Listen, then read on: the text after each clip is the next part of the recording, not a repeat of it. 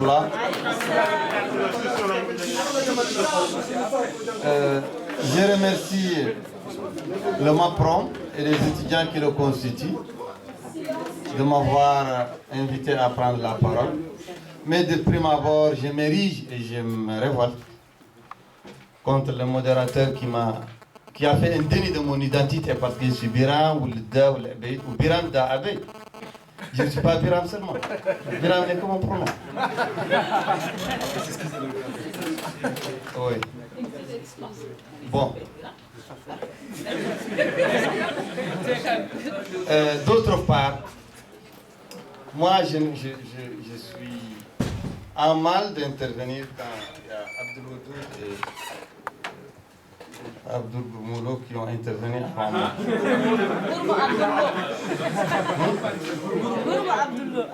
Gourmand est le premier.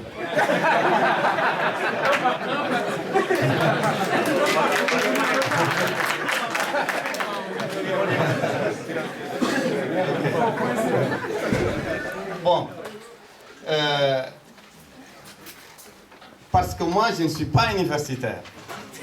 Même si j'ai fait des études supérieures. Mais je me suis trouvé dans une stature de quelqu'un avec ses amis qui ne pensent pas le droit, qui n'écrivent pas le droit, qui ne disent pas le droit, mais qui créent des situations qui appellent l'intervention du droit. Des situations qui appellent l'application du droit.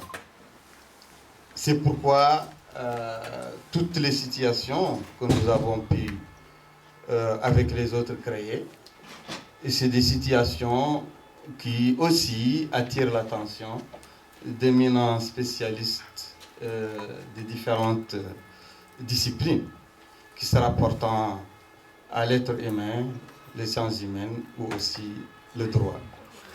Le thème qui est sur lequel je dois me prononcer, la question identitaire de l'esclavage en Mauritanie.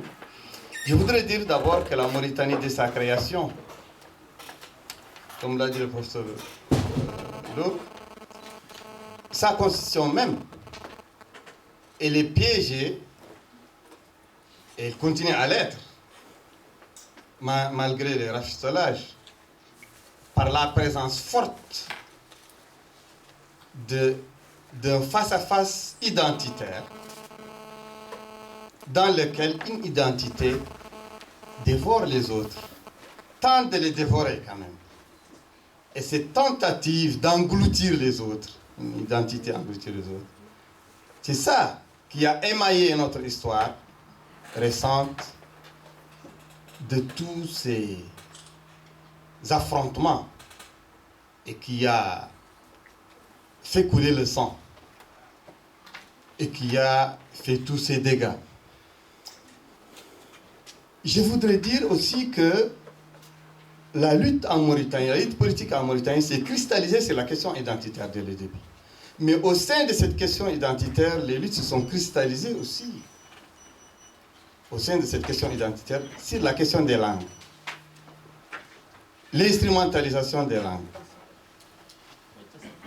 Le catalogage des Haratines, hélas la communauté la plus nombreuse, son catalogage politique, le fait qu'on décrète politiquement que les Haratines sont des Arabes, c'est dans le cadre de cette lutte. C'est une manière de cautionner démographiquement la prééminence de l'identité arabe en Mauritanie. Or, les Haratines ne sont même pas d'identité maure, ne sont même pas de l'identité du village de leur maître, ne sont même pas de l'identité de la famille de leur maître. Parce que c'est ainsi que les maîtres et les rapports que les maîtres ont édictés et appliquent, c'est ainsi que les choses sont faites. Je pense que aussi beaucoup de Maures ne sont pas arabes. la majorité des mots ne sont pas arabes. Je pense que cette question identitaire, beaucoup de gens, par exemple le MND, son histoire avec la question identitaire, bien que je suis content maintenant que nous, avec l'IFP, il y a une alliance objective. Mais ce qui a émaillé l'histoire du MND avec la question identitaire a contribué à ce qui s'est passé de désastreux pour les communautés noires. Parce que qui a appelé les premiers militants noirs de Mauritanie nationalistes étroits? Ça vient d'où? Cette taxation en Mauritanie. C'est une désignation à la vindicte des gens qui sont morts, des gens qui ont opté pour un combat pour l'identité des Peuls, des Soninké, des Wolofs en Mauritanie. Mais moi, je cite en général les Bambara et les Berbères, que les gens ne citent pas. Parce que, en taxant les mouvements noirs, de nationalistes étroits, avec ce qui s'en est suivi, et je me rappelle que lors du présumé putsch de 1987, le communiqué du MND était très dur contre les présumés putschistes. Très, très dur. D'où le fait de relever que tous les partis politiques reconnus en Mauritanie, toutes les organisations reconnues en Mauritanie, ont cautionné la vision du plus fort sur la question identitaire.